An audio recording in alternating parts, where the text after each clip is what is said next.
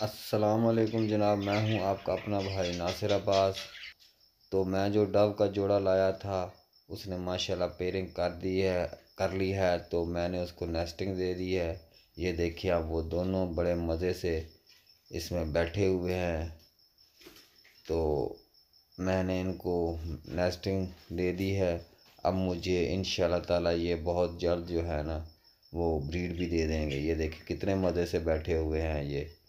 तो आप भाइयों से गुजारिश है कि आप भाई अगर मेरे चैनल पर नए हैं तो मेहरबानी करके मेरे चैनल को सब्सक्राइब कर लें और वीडियो को लाइक कर दें।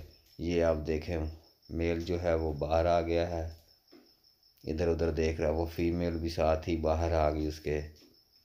ये देखें आप, अब ये देख रहा है मैं नीचे उतरूँ या ऊपर चढ़ जाऊँ।